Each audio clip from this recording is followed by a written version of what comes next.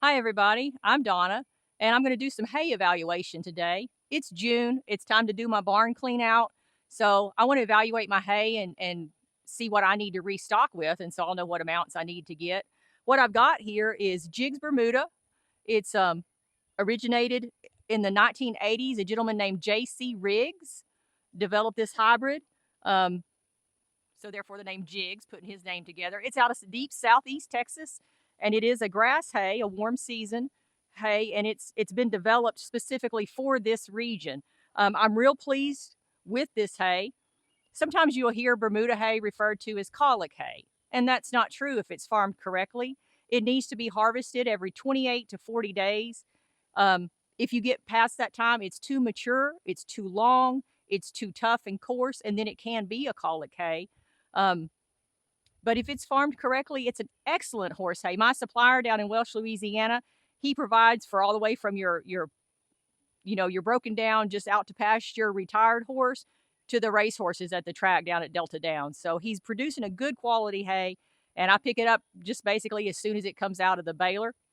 Now, it's not as rich as a legume hay like alfalfa. If you're running a high-powered horse in competition all the time, you might want to be looking at an alfalfa or at least doing a mix. So a little bit more protein and power in your alfalfa, but this is a good steady supply for your horses across the board.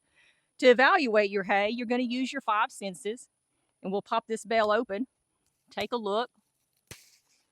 So what you're looking for, you want to look at it first. How does it look? Is it gray? Is it green? Is there any mold? How does it flake? Let's do some flakes. There's kind of a big flake. Small flake. Flakes off nicely. I'm not having any hung up stuff. Well, there's a little bit. Not bad. So let's knock that to the side, out and out of the way. You can see that interior a little bit. I'll turn that. Maybe kind of pan in on that. It is still green.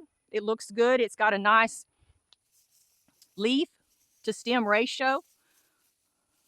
The touch, it's pliable. It's not brittle. There's no weeds. I've got no stickers. I could lay down on this and be comfortable. If I smell it, it's not musty. It smells pretty good. So I think it's pretty good. Now, as far as taste, we would leave that up to the horses. But I know that after a year, hay loses 5% of all of its nutrients. And this hay is actually 2 years old. I picked this up from Welsh, Louisiana, July of 23. After that year, if hay is stored correctly, which we do store it correctly, it pretty well holds steady. You can see I've got it stored on these 4x8 pallets up off the floor. It's on top of a double layer of tarps. And this door stays closed. We didn't unscrew this until prepping to show you this hay. But it's got some discoloration. It's got a little bit of a light mold crust just due to our environment here in Louisiana. So I think that because of the age of this hay, it's time to do my barn clean out, and I'm going to be resupplying. I've got some cows. I think that's cow hay now. Not that it wouldn't be okay, but I have that option, so the cows will be real happy.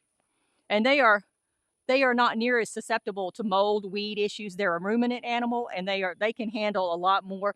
And like I said, even though I think this is probably fine, let's just rotate this to cows. You can get your hay tested. Additionally, LSU is my local resource here. Lots of colleges you could send to. There's also the National Forage Testing Association labs. They have a list on their website of certified labs that you can send your hay to get tested. And you'll be looking for your protein, your sugars, your carbs. And that's a good thing to do. And it's also a good thing if you can buy all your needs from one supplier. Another thing you want to be looking at when you put new hay in the barn is temperature. I have this temperature probe, and I stick it all the way in deep, and I monitor it close for at least 2 weeks. I've got some temps here to tell you. Anything under 120, no action is needed. 120 to 130, you want to monitor it closely. 140, it says consider tearing stacks down and monitor bale temperature. 150 to 160, dangerous. Call the fire department. Don't open the stack because when you expose that to air, it may burn. 160 to 180, the stack will have smoldering pockets and hot spots, and gases will ignite once it's exposed. 212, you're on fire. So keep that in mind. $100 thermometer, not a bad thing to have. And just remember that clean, fresh, weed-free hay supports your good equine health. Get a consistent supplier, work with them, somebody that you can trust. Get your hay evaluated. It's science and your senses, so use both. And if you have some cows, rotate that hay out for happy cows and healthy horses. If you wonder why we don't harvest our pastures here, if we'll pan around, what we have here is Bahia grass. We've got some common Bermuda and some clover. Bahia does not make a good hay because by the time that it gets long enough to harvest, it's too mature, it's developed its seed heads, its protein has dropped. We call it gut stuffer for cows because you can bale it, and if you keep your cows on a sweet feed mix or a tub, they can make good use of it, but it's not for horses. So just keep in mind science and senses and make good choices. Thanks for watching, guys.